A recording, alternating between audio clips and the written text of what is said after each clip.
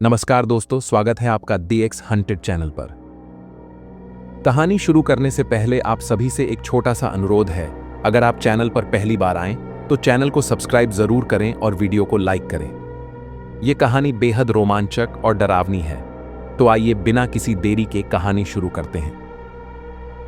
मैं अमित, एक पत्रकार जो हमेशा से रहस्यमयी और अलौकिक घटनाओं की तह तक जाने की कोशिश करता रहा हूं।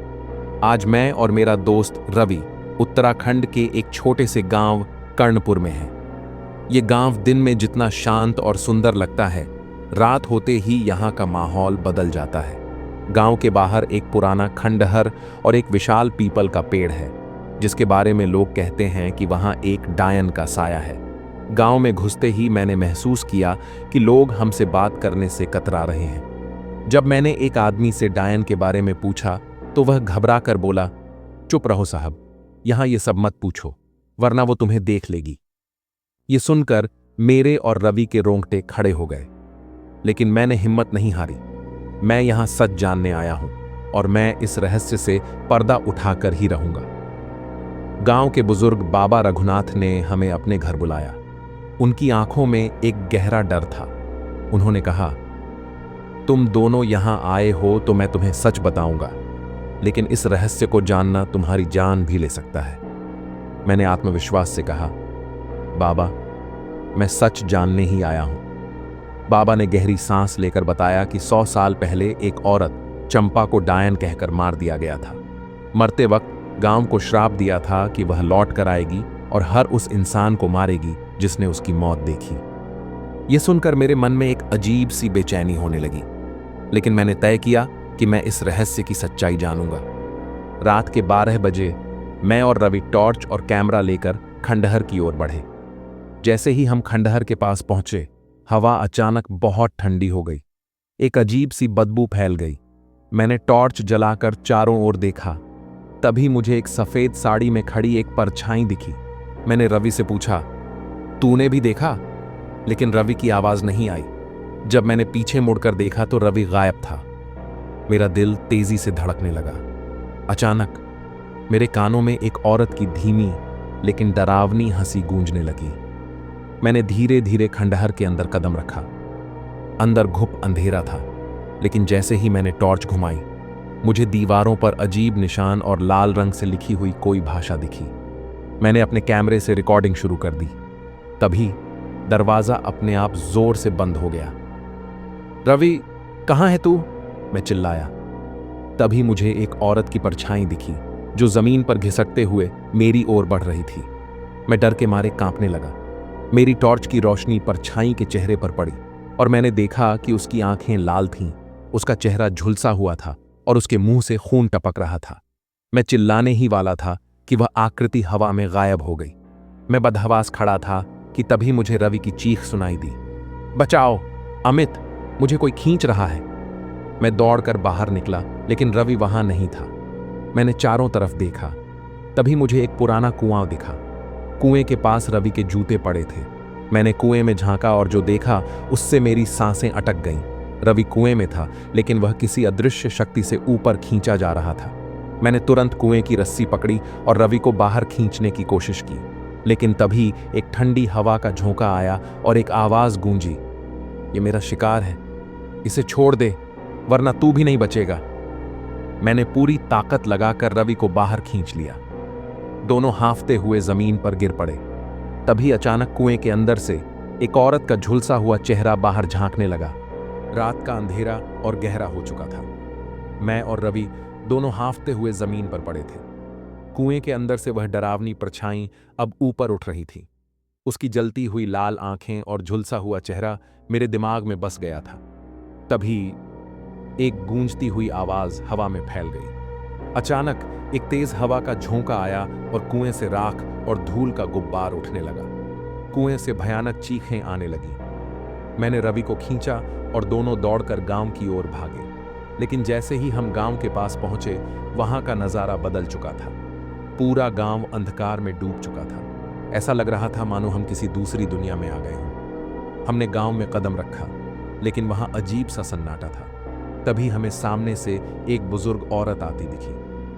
बचाओ, वो आ रही है, वो सबको मार देगी। ये कहकर वह औरत वहीं गिर गई और तड़पने लगी। रवि ने उसे उठाने की कोशिश की, लेकिन जैसे ही उसने औरत का हाथ पकड़ा, उसका शरीर धुएं में बदलकर हवा में गायब हो गया। रवि घबराकर पीछे हट गया।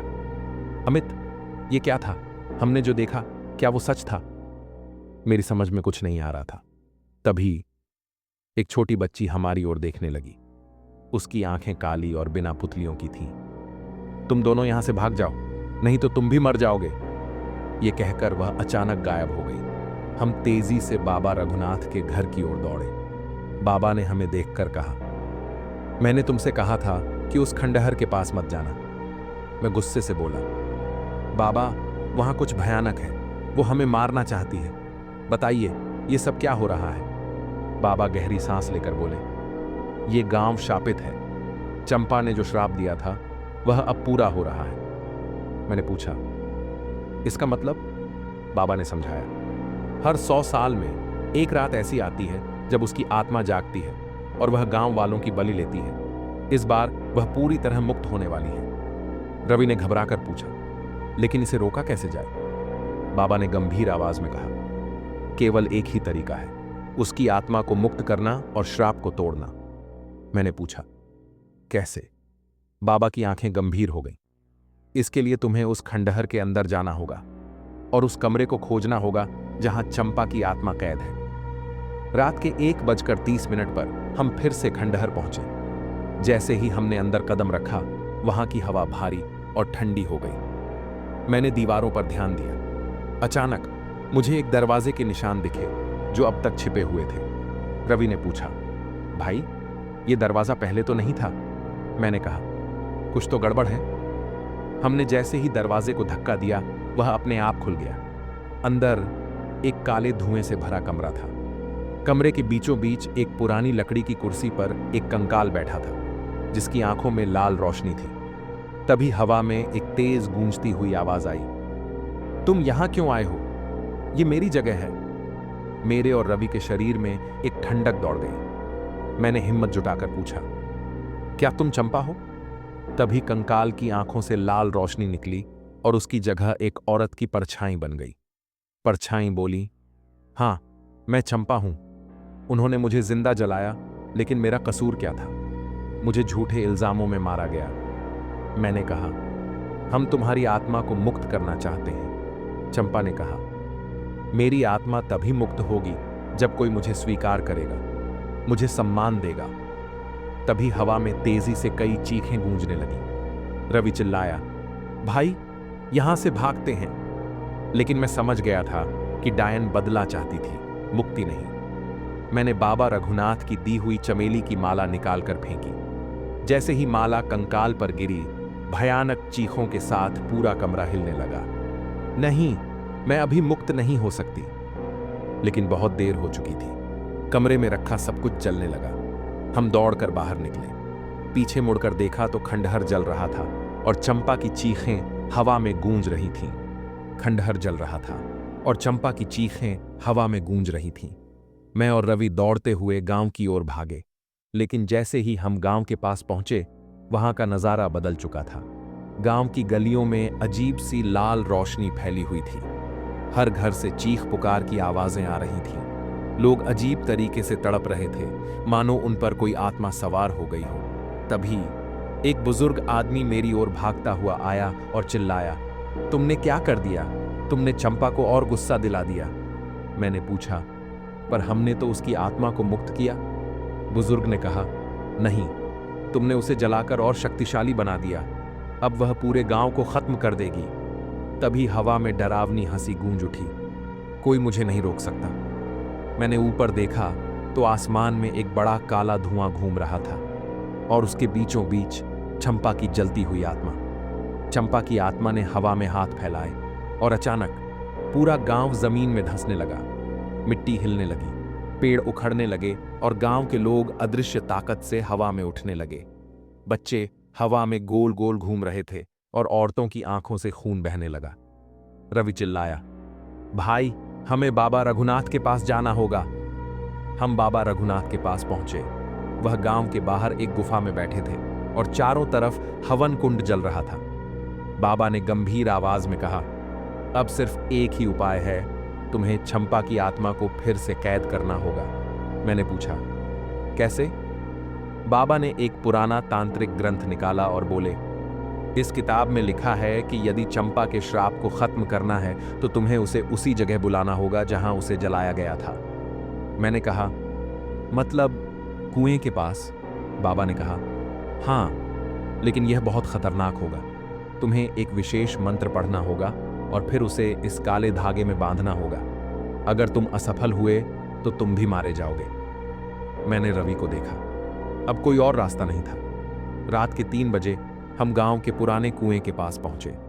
चारों तरफ तेज हवा चल रही थी और आसमान में लाल नीली बिजली कड़क रही थी। मैंने बाबा से सीखा हुआ मंत्र पढ़ना शुरू किया। अचानक कुएं से एक भयानक चीख गूंजी।